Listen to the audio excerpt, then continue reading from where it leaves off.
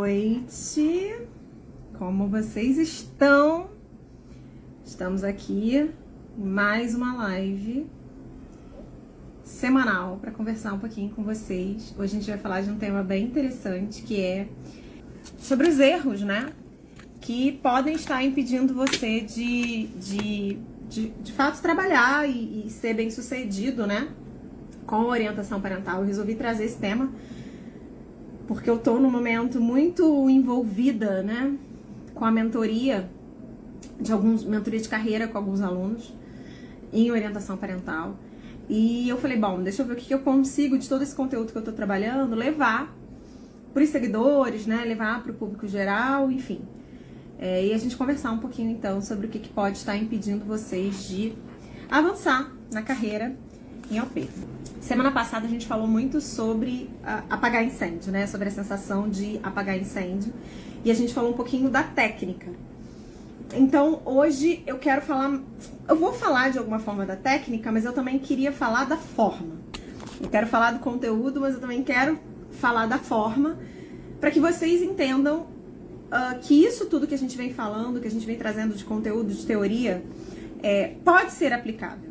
Ela pode assumir uma forma que é interessante dentro do mercado, né? Que é interessante para as pessoas. E mais do que interessante, ele é um trabalho necessário. Então, a gente sempre fala aqui do quanto que as demandas em saúde mental, a demanda dos pais, né? A demanda dos cuidadores em saúde mental, ela costuma ser negligenciada. Não porque vocês são maus profissionais, né? Mas porque às vezes falta conhecimento, às vezes falta metodologia específica para lidar com essas questões.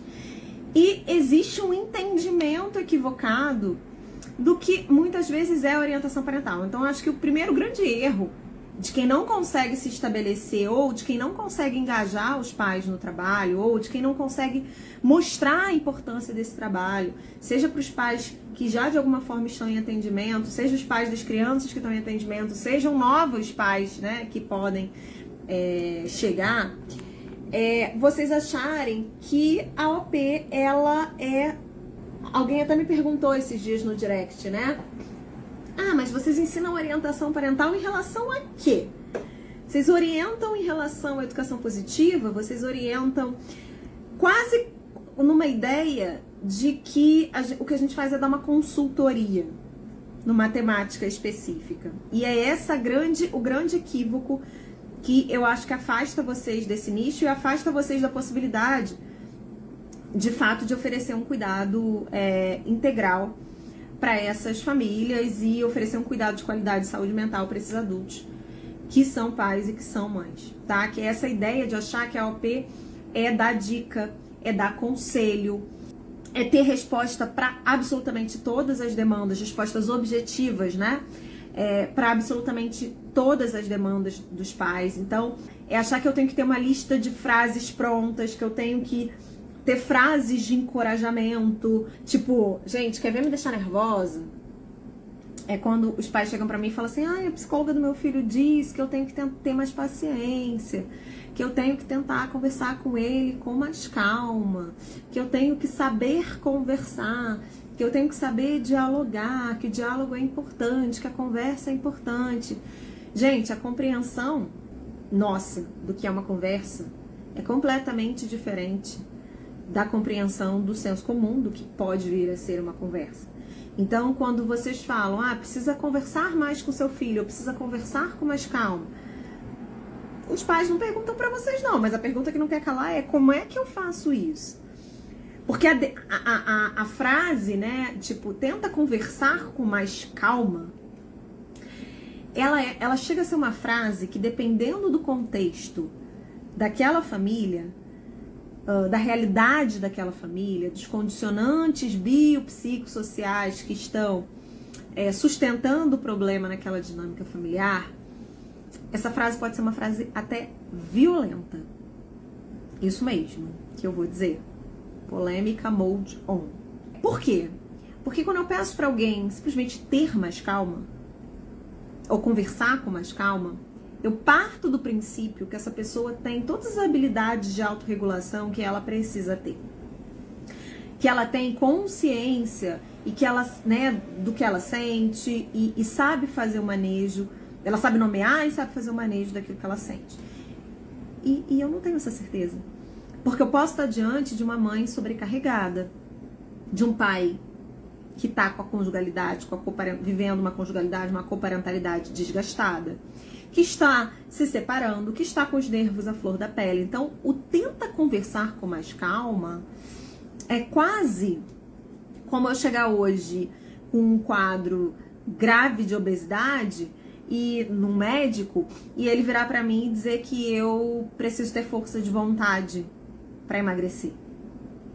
Quando a gente sabe que a obesidade é um quadro clínico multifatorial e que não depende, né?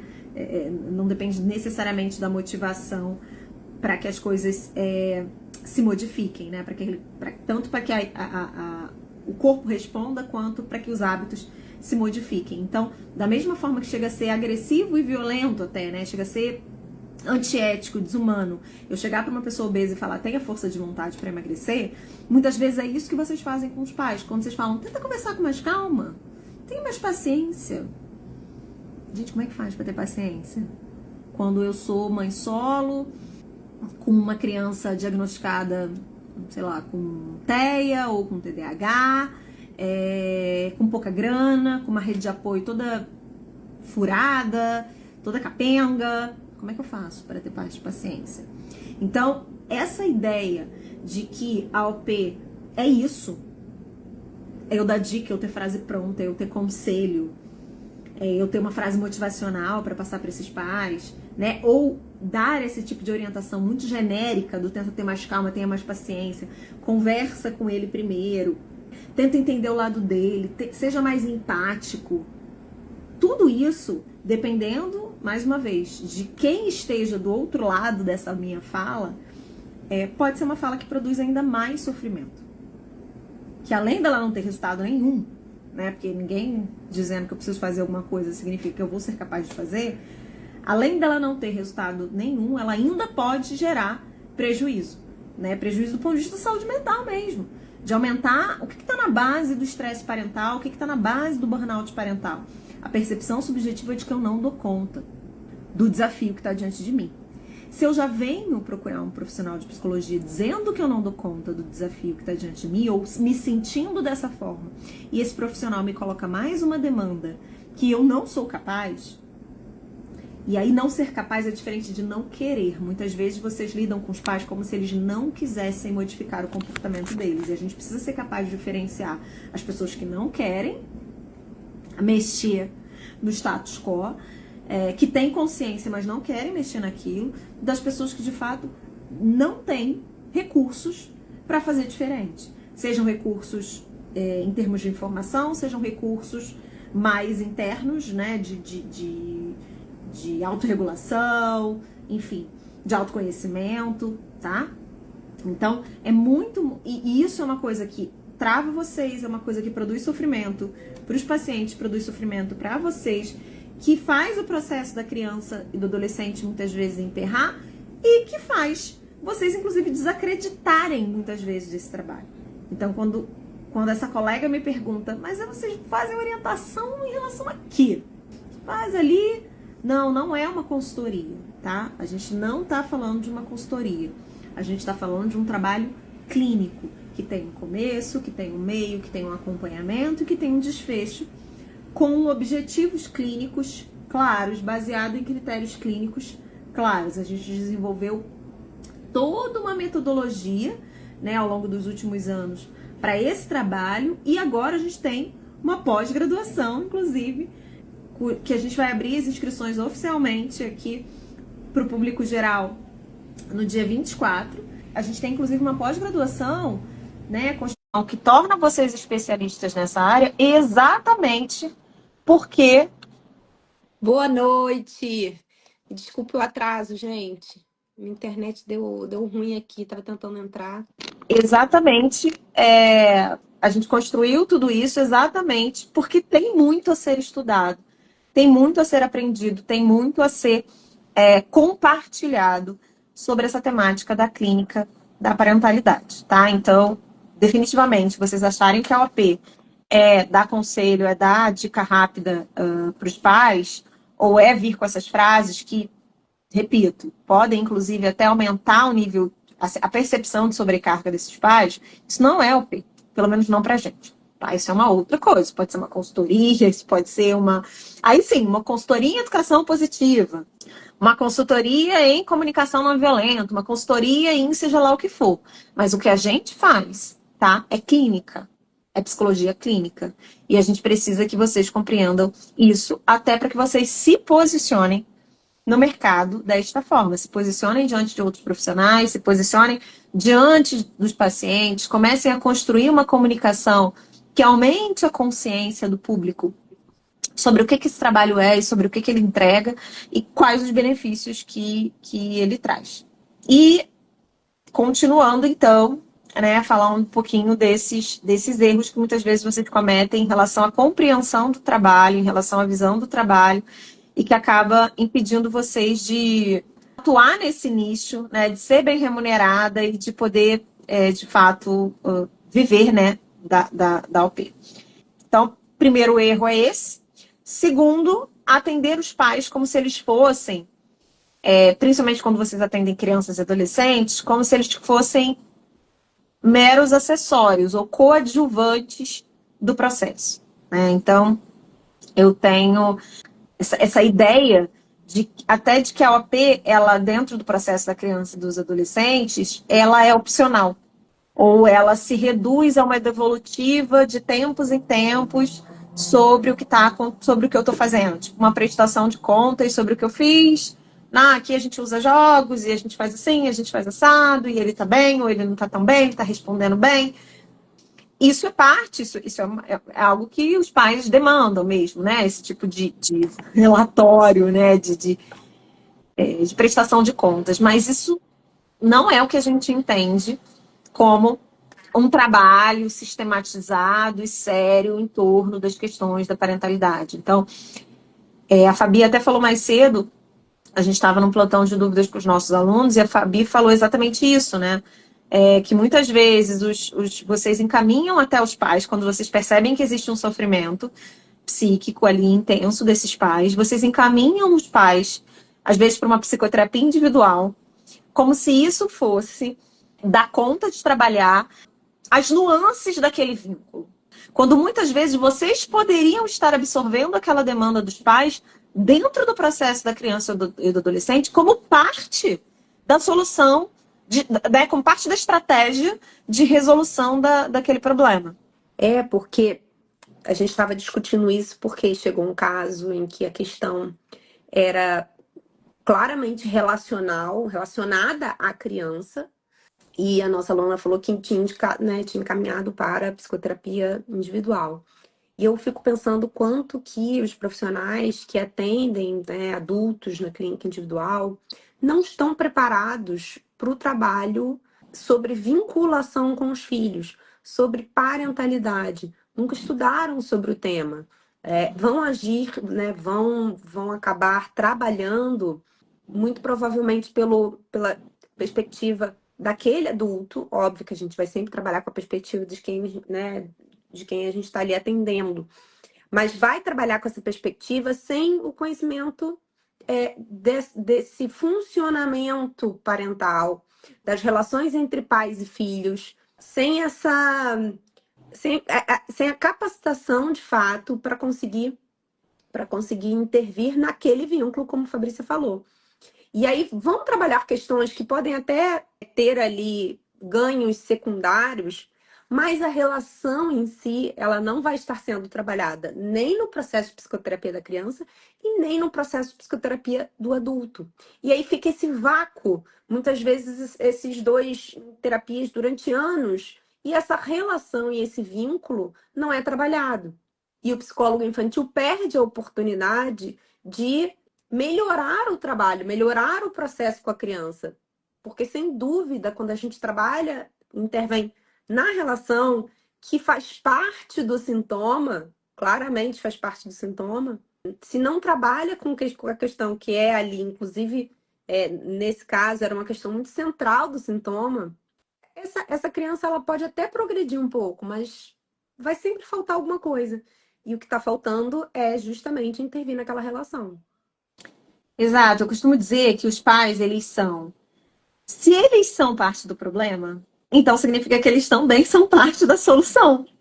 Porque, diferentemente de qualquer outro contexto, sei lá, se eu tenho um trabalho muito ruim, pode ser que em algum momento eu consiga reunir forças e recursos para sair daquele trabalho. Ou para sair de uma relação se eu já sou adulta. Agora, se eu sou uma criança, se eu sou um adolescente, aquilo não é uma opção para a maioria dos casos, a não ser nos casos extremos de violência, de negligência. Para todo o restante, aquilo não é uma opção.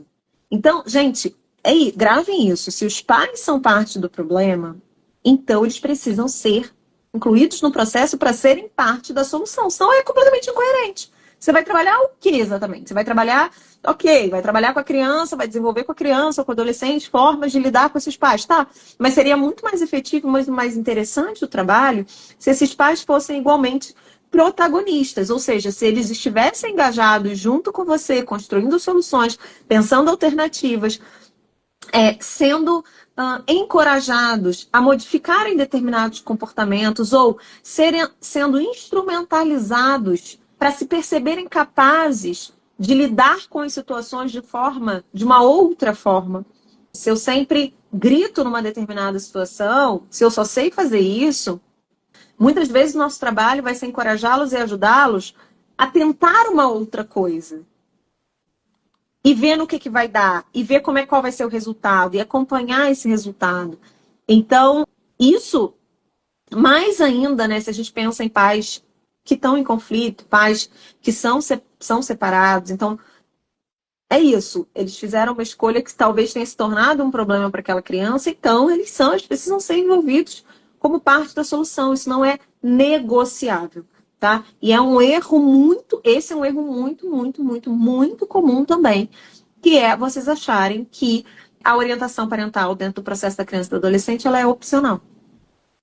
Quando, na verdade, ela é central.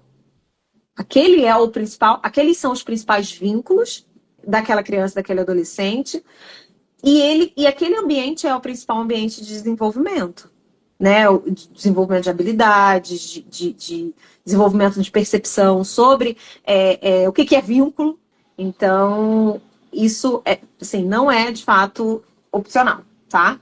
Fabrícia, mas na psicoterapia da criança, a criança não é o foco? A psicoterapia do adolescente, não é, o adolescente é o foco? Sim, eles são o foco, mas nenhuma criança, nenhum adolescente se desenvolve num vácuo. Tá? Ele se desenvolve em relação. Na relação, principalmente com essas figuras de apego. Então, esses pais eles não estão ali só para dar informações para vocês sobre o desenvolvimento, sobre o comportamento na escola, se arrumou a casa, se não arrumou a casa, se brigou, se não brigou. Eles vão trazer essas informações elas são úteis, mas elas são bem menos importantes, na minha humilde opinião, do que, por exemplo, a qualidade da interação desses pais com essa criança, né, desses pais entre eles, como é que o exercício da coparentalidade se dá, porque muitas vezes é nessa dinâmica que os sintomas são sustentados, que os comportamentos inadequados eles se sustentam. Então, é muito melhor, muito mais efetivo, muito mais resolutivo a gente intervir nessa dinâmica. E, de fato, investir num trabalho com quem tenha poder para modificar alguma coisa.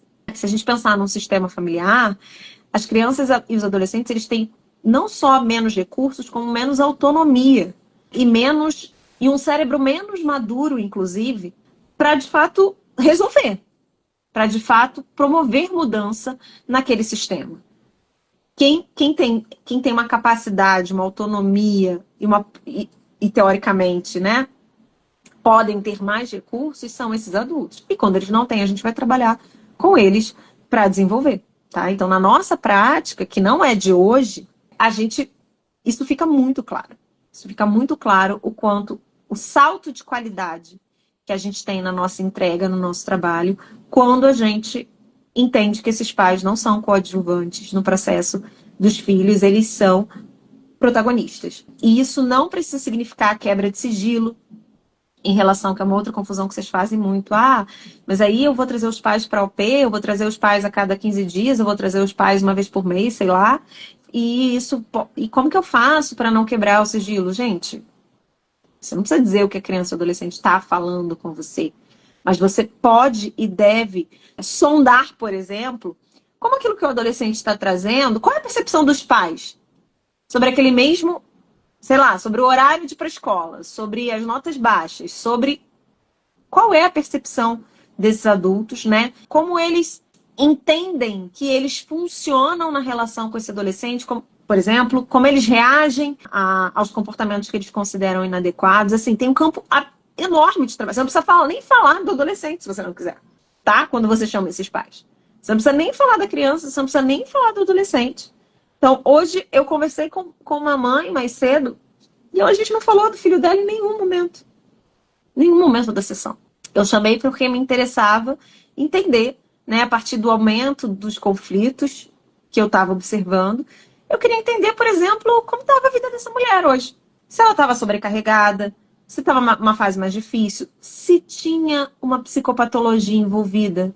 Porque a gente sabe que um transtorno de humor, por exemplo, vai afetar muito a qualidade dessa interação entre pais e filhos e acaba deixando esses adultos mais irritadiços, menos pacientes. Então, se a gente tem um adulto com ansiedade, um adulto com depressão. Então, eu chamei essa mãe para isso. A gente nem tocou. No final, que ela lembrou de falar alguma coisa. E aí a gente, enfim, entrou no assunto, mas foi no final, tá? Então, é muito, muito, muito possível fazer um trabalho bem bacana, bem consistente com esses adultos que fazem parte, que são os adultos de referência dos pacientes de vocês. E o terceiro erro, vocês estão quietos hoje, mas podem perguntar, podem questionar, podem dizer se é assim que vocês viam, se é assim se vocês veem de uma outra forma, se vocês, enfim, que erros vocês estão cometendo. E o terceiro erro é que impede vocês, de fato, viver da orientação parental, entender que esse é um trabalho, que é um nicho com muita demanda, e muita demanda mesmo, assim, em vários setores, né? Inclusive com vários subnichos. Então, a gente tem ali um trabalho muito legal que dá para ser feito com os pais de crianças pequenas, com pais de crianças ali, né, na segunda, terceira infância, pais de adolescentes, famílias em conflito, parentalidade atípica. Então, assim, se a gente for pensar nos subnichos, é aí que a gente consegue entender a dimensão da demanda de trabalho. E aí, um erro que vocês costumam cometer é esperar chegar uma demanda muito estruturada de orientação parental, ao invés de vocês se posicionarem e mostrarem que existe essa opção. Então, o que eu estou querendo dizer? Eu sempre trago esse exemplo. Eu acho que talvez quem já tenha me ouvido em outros momentos já ouviu, né? Já sabe. Os nossos alunos ouvem muito isso. Que é, quando eu vou buscar qualquer tipo de ajuda num campo que eu desconheço, né? Sei lá, vou buscar uma consultoria com advogado, vou para uma consulta médica, seja lá o que for, num campo que eu não domino, eu vou com uma demanda da minha cabeça, certo? Uma demanda que eu consegui estruturar sozinha. E quando eu chego diante do profissional, então, de repente, sei lá, vou precisar de um arquiteto. Sempre falo de médico, né? Mas vamos pensar no arquiteto. Eu chego e penso, eu vou procurar um arquiteto porque eu queria mexer nesse escritório, eu queria fazer isso, fazer aquilo, e eu acho que eu preciso disso. Preciso ir por esse caminho. E aí, quando eu chego e apresento a minha demanda para o profissional, o que o profissional vai fazer? Qualquer profissional. Ele vai avaliar essa demanda. E aí, depois que ele avaliar essa demanda, seguindo ali todos os critérios técnicos da profissão dele, ele vai me dizer, então, o que seria um caminho mais resolutivo para o meu problema. Então, por exemplo, eu posso chamar um arquiteto e na hora que ele está aqui fazendo, pensando, ele se dá conta de que precisa mexer na parte elétrica da minha casa antes de qualquer coisa. Ou que eu preciso quebrar uma parede antes de iniciar a mudança que eu quero iniciar. E aí, para isso, eu vou ter que ver, sei lá, um engenheiro, vou ter que ver um pedreiro, vou ter que ver outros profissionais, às vezes, né? Antes dele iniciar o trabalho dele. Então, é isso que todo profissional, todo especialista faz. Vocês são psicólogos, certo? Então, se chega vocês muitas vezes, quando vocês falam assim, eu não tenho. Ai, mas Fabrício, eu quero trabalhar nessa área, eu gosto dessa área, eu já venho me preparando, mas não tenho demanda, eu não recebo esse tipo de demanda. E aí eu fico pensando, então, quantas demandas vocês já não perderam? Por exemplo, um pai me procura, uma mãe me procura para um atendimento para o filho, né? Isso me aconteceu essa semana passada. Uma aluna me procurou com isso, com essa demanda. Ah, não, porque a mãe procurou, mas assim, a criança já veio encaminhada de uma outra psicóloga, exatamente porque a criança não tinha demanda, né? A criança não fazia sentido a criança estar em psicoterapia. E fazendo aqui uma avaliação inicial e tal, eu também acho que a criança não precisa de psicoterapia. Eu falei, tá, e aí? O que você vai fazer diante disso? É seu dever ético comunicar o que você avaliou e qual caminho você acha que é mais interessante para resolver o problema. E aí eu fui ajudando ela e fui encorajando, enfim, até que ela marcou uma primeira sessão com essa mãe. E aí marcou, inclusive, sendo muito honesta. Ela falou assim, vamos marcar um primeiro atendimento para que eu possa ouvir a sua demanda, entender melhor o que você precisa e te direcionar para o que é mais interessante. E aí ela pôde fazer um primeiro atendimento, porque às vezes você já liberam as pessoas ali no WhatsApp mesmo. Ah, não é demanda, não é demanda da criança, não é? Mas esses pais também não pediram, né, para fazer orientação parental, então eu não vou dizer que existe essa possibilidade. Gente, eles nem sabem que existe essa possibilidade, na maioria das vezes. E aí a psicóloga marcou essa primeira sessão, fez essa primeira sessão, e aí a mãe topou. Falou, faz sentido. Faz muito sentido que comece por mim, né? Faz muito sentido que eu venha mais vezes. Então, muitas vezes vocês perdem oportunidade de se posicionar. A maior parte de vocês espera que alguém descubra que vocês também atendem pais. Ou que existe uma clínica da parentalidade. Que essas pessoas descubram aí fora, sei lá de que forma, né? Às vezes até de uma forma equivocada. E aí quando elas descobrem, porque assim, a OP tem muitas caras no mercado. Então, pode ser que a pessoa, na busca lá da solução do seu problema, ela esbarre num coach parental que ela resolva contratar esse profissional, porque ela não sabe que o profissional de psicologia tem uma metodologia clínica de trabalho para atender a demanda desses pais. Então, muitas vezes vocês já dão respostas muito curtas, muito objetivas ali, partindo do princípio que esse adulto que está te procurando, ele tem clareza de todas as opções que ele tem. E na maioria das vezes ele não tem. Ele só conhece aquilo que é tradicional, aquilo que é mais divulgado, que é a psicoterapia infanto-juvenil ou a psicoterapia individual. Como ele não tem tantas outras questões na vida para resolver, ou o que mais está mobilizando ele é o comportamento da criança, ou adolescente, ou a relação com o outro genitor, que foi o caso da colega. Né? Ela queria botar a criança em psicoterapia, a mãe queria botar a criança em psicoterapia, mas a grande questão dela era com o pai da criança. E até uma sensação assim de que a menina gostava mais do pai do que dela, né? Até uma coisa meio mais assim, uma insegurança na função materna, né? Uma insegurança do lugar dela na vida dessa filha e tal. E era por isso que ela queria botar a menina em psicoterapia. E realmente não fazia sentido a menina estar em psicoterapia. Mas se a colega não explica isso, não se posiciona dizendo que a demanda dela, a psicoterapia infantil não dá conta da demanda que ela estava trazendo ali. O que pode dar conta é um outro trabalho. Se a colega não faz isso, ela vai embora. Assim. E aí, a demanda daquela pessoa não é devidamente acolhida, né? Tecnicamente acolhida, enfim. E o profissional ficou sem a grana dele que ele podia receber ali, né? Por fazer um trabalho sério. Então, não à toa, tá? A gente fez questão de dar um nome. O nome da nossa pós-graduação é pós-graduação em psicologia clínica aplicada à orientação parental. E a gente fez questão de dar esse nome imenso, que vai contra todas as regras, né, de um bom marketing. A gente fez questão de dar esse nome para marcar o nosso posicionamento e sustentar o nosso lugar, e o de quem mais quiser vir junto com a gente, sustentar esse lugar de psicólogos clínicos que desenvolvem um trabalho fundamentado em ciência para intervir sobre as questões da parentalidade. Então, esse posicionamento a gente sentiu que a gente precisava deixar claro, e é um passo, né? A criação da pós-graduação é um passo exatamente também para cada vez mais assegurar esse lugar de especialistas, né? Que a gente pode, que a gente deve assumir em relação às questões da parentalidade, porque muitos e muitos e muitos casos que acabam sendo absorvidos por outras pessoas, por outros profissionais, educadores parentais, coaches parentais, sei lá mais o que tem no mercado.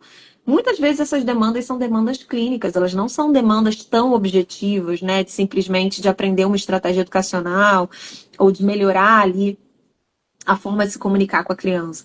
Muitas vezes a gente tem uma questão de saúde mental grave de um desses cuidadores. Hoje eu atendi uma mãe com diagnóstico de transtorno bipolar. E é bem complicado ser filho de uma mãe com esse diagnóstico. E dava para ver toda a desorganização dela ali na própria sessão comigo, né? Então, se a sessão comigo foi confusa, se eu já tinha uma certa dificuldade de acompanhar muitas vezes o raciocínio dela, imagina essa criança no cotidiano, né? Se essa mãe, por exemplo, não está medicada, que era o caso. Se essa mãe não tá acompanhada por outros profissionais, tá? Então, esperar chegar uma demanda toda bonitinha, embrulhadinha para presente, uma demanda de OP toda embrulhadinha para presente, é um grande erro. Muitas vezes é o nosso posicionamento, tá? Diante das pessoas, diante de outros profissionais, a nossa comunicação, né, assertiva sobre isso, que vai fazer com que a demanda se organize, tá? Para que de fato a gente possa responder. Agora a gente precisa ter condições de responder, né? Ser capacitado para responder. Deixa eu ver aqui o que a Jusilene colocou. Uma dúvida: não pode perguntar para a mãe o que aconteceu com o filho na semana, quando eu não consigo entender a criança devido à fala? Já indiquei ele para a fono. Então, Jusilene, você pode perguntar. Só que o que ela vai te trazer é uma perspectiva dela. E é isso que a gente está chamando a atenção. O que os pais trazem sobre os filhos, ou o que os filhos falam sobre os pais, não são verdades absolutas, como nada na clínica. Nada na clínica, né? A gente pode considerar, claro, gente, se alguém está dizendo que está sofrendo algum tipo de violência, a gente está percebendo um sofrimento ali, não estou dizendo que a gente não vai levar a sério as demandas, mas eu estou falando em termos de falar, olha, aquilo, né, o que essa mãe descreveu foi o que aconteceu. Pode ter sido, mas isso não significa que ela deu conta de traduzir o que foi a experiência daquela criança. A experiência da criança é a criança quem vai poder traduzir. Mas eu não sei qual é o teu objetivo terapêutico com a criança. A gente precisa ter critérios clínicos de avaliação. Não só, a gente não fica, eu acho que nem em nenhuma clínica e nem no trabalho com os pais, a gente não pode ficar nem só no discurso falado, nem só nisso que eles trazem de forma mais organizada e estruturada. A gente vai olhar para o não verbal, a gente vai olhar para o nível de mobilização quando eles estão trazendo determinados temas. Então, você não entende muito o que a criança falou, mas você pode perceber o nível de agitação dessa criança, o nível de tranquilidade dela, como é que está o humor. Quando você fala sobre a mãe dela, ou quando ela tenta falar sobre a mãe, ou tenta falar sobre o pai, como que ela expressa, como que ela traz isso, ainda que você não entenda o conteúdo, mas qual é a forma. Agora, você deve, inclusive, né? Você pode perguntar para essa mãe. Mas mais interessante do que saber o que aconteceu na semana da criança é entender como se dá a dinâmica da semana desta criança. O que angustia, o que é fácil, o que é difícil, o que flui bem, o que não flui bem, em que momentos essa criança coopera, em que momentos ela não coopera, e quando ela não coopera, como é que essa mãe reage? Né? Como é que essa mãe lida? Ela se sente com recursos? Enfim. E eu queria colocar um ponto aqui, que eu acho que é um ponto de avaliação, né? Não é uma regra, mas Se essa criança ainda não consegue verbalizar o suficiente para você entender, primeiro a gente precisa entender se é um desenvolvimento típico ou atípico, né? Se for atípico, ela precisa de uma terapia, mas também ela precisa de. E aí eu não sei se a tua terapia é uma terapia de estímulo ou se não é. Mas considerando dentro de um desenvolvimento típico e essa criança ainda não consegue verbalizar, talvez valha entender se é por ali que você vai. Se é pelo atendimento da criança ou se é pelo atendimento, se é pela orientação parental. Só colocando um ponto aqui que eu, de fato, não conheço o caso, mas eu acho que é sempre uma possibilidade da gente repensar. Exatamente, porque nesse caso é uma questão da linguagem aí da criança, né? Da dificuldade de fala, melhor dizendo, de fala da criança. Mas a gente poderia estar falando de uma criança menor, que realmente não tem tantos recursos né, de expressão verbal. E que, às vezes, o benefício muito maior é a intervenção na dinâmica familiar, é a intervenção com os pais. Porque essa criança, né, se a gente atende aí, ou se muitas vezes, se vocês atendem crianças aí, até crianças na primeira infância, gente, elas não vão ser crianças que vão sentar e conversar e falar lindamente o que aconteceu na semana delas. Elas vão trazendo os conteúdo picotado e vão atuando muito, né? Assim, vão mostrando com o corpo ali o que elas estão vivenciando e sentindo. Então, independente disso, seria importante estar com esses pais, enfim, e resgatar com eles, né, o motivo daquela criança estar em psicoterapia, seja para entender como foi essa semana, mas eu acho que para ampliar muito mais, tá? A gente, quando trabalha com os pais, um dos maiores objetivos também é ampliar a demanda que eles trazem. Tá? Então, ampliar a própria demanda que a criança e o adolescente está trazendo. Então, às vezes, é uma demanda de insegurança, é uma demanda de, por exemplo, eu tenho uma adolescente que eu atendo com uma demanda inicial de fobia social. E a gente trabalhou tantas outras coisas para além, na dinâmica da casa, estratégias de encorajamento. Eu fui ajudando esses pais a ajudarem na desensibilização para as situações sociais. Então, toda vez que eles tinham uma situação social, a gente trocava uma ideia, uma situação importante que ela não queria ir, etc. Eles marcavam uma sessão comigo e a gente montava toda uma estratégia, um plano de ação para encorajar essa menina, sabe? Porque é para além. E nesse processo, a relação dela com esses pais foi se fortalecendo muito, assim. Foi se tornando de muita confiança, né? Desses pais se tornando muita referência de segurança para ela arriscar, que era o que a gente precisava. Então, é isso. Também a gente vai trazê-los não só para trabalhar na demanda prescrita ali, mas para ampliar e ver o que mais a gente pode conseguir melhorar nessa dinâmica, tá? Então aí, olha, gente, é um mundo, assim, um mundo de coisas que a gente pode trabalhar com esses pais em atendimento. Orientação de pais pode ter, e na nossa opinião deve ter, esse caráter de um trabalho clínico sério, conduzido por um profissional de psicologia.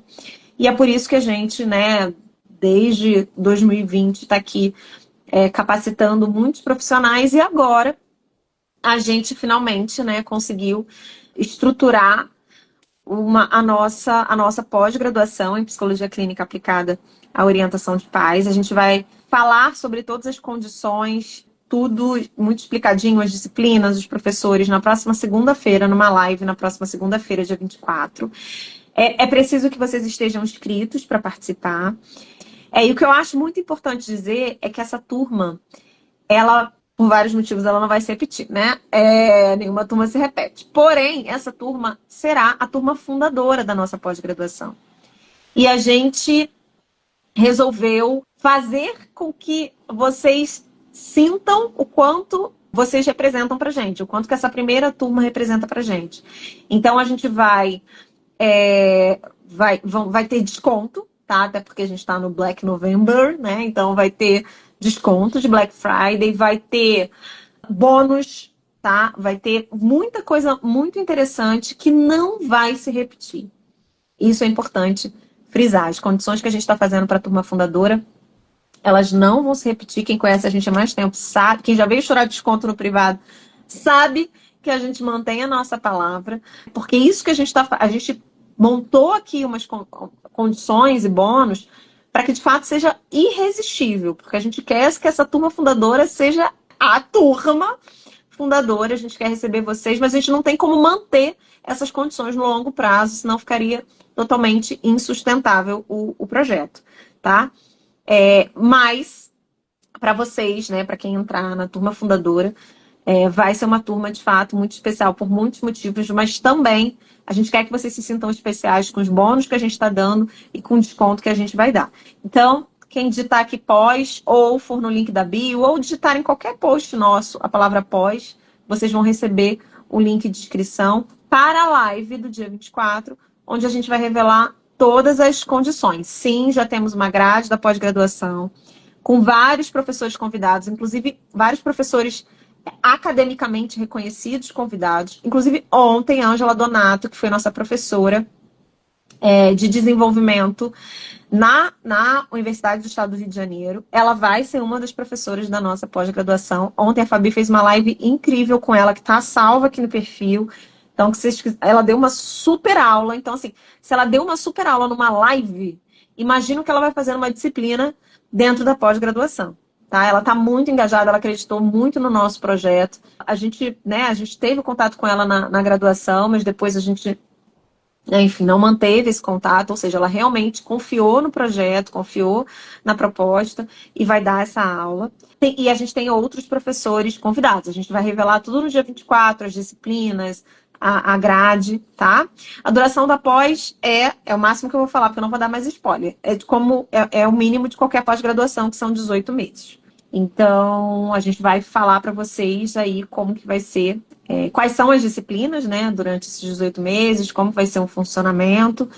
E, na dúvida, se inscrevam para participar da live. A live é gratuita, é sem compromisso nenhum, vocês vão ouvir.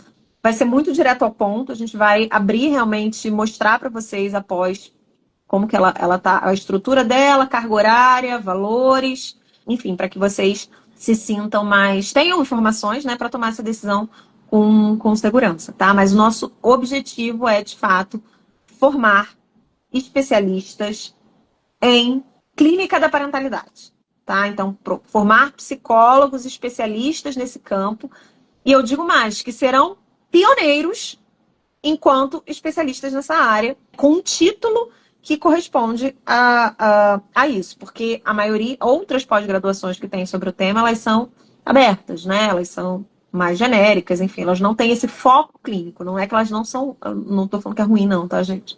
Mas elas não têm esse foco no trabalho clínico do psicólogo. Eu não entendi. Na segunda vai poder abrir informações. Sim, a gente vai dar todas as informações sobre como vão funcionar os encontros, inclusive a diferença entre a pós-graduação e a nossa formação, porque, né, até então vocês conheciam a nossa formação, que é um curso de extensão. Ela permanece, tá? Ela não compete com a pós-graduação, elas têm objetivos diferentes e formatos diferentes também. Então, na segunda, a gente vai explicar tudo isso, tá? Então, quem estiver, quando a live acabar, pode ir no link da bio, pode ir no direct, pedir também, ou comentar nos posts mais recentes nossos.